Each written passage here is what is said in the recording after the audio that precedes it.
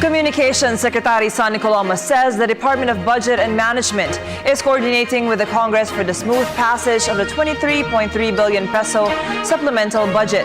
The DBM has proposed supplemental appropriations to cover projects that were funded by the defunct Disbursement Acceleration Program that were already completed but have not been paid for. The supplemental budget will also finance rehabilitation efforts in areas destroyed by Typhoon Yolanda, as well as the preparations for the country's hosting of the 2015 APEC Summit.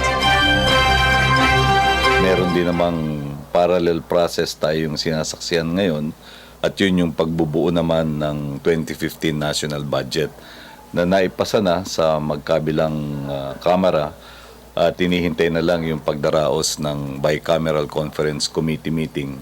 Kung hindi ako nagkakamali, bukas ito nakatakda. Kaya't ginagawa ng administrasyon sa pamagitan ng DBM yung pakikipag-ugnayan sa ating mga mambabatas at sa mga leader ng Kongreso para magkaroon ng pagkakaunawaan kung ano ang pinakamainam na landas na tatahakin hinggil dito sa pagkakaroon ng supplemental budget.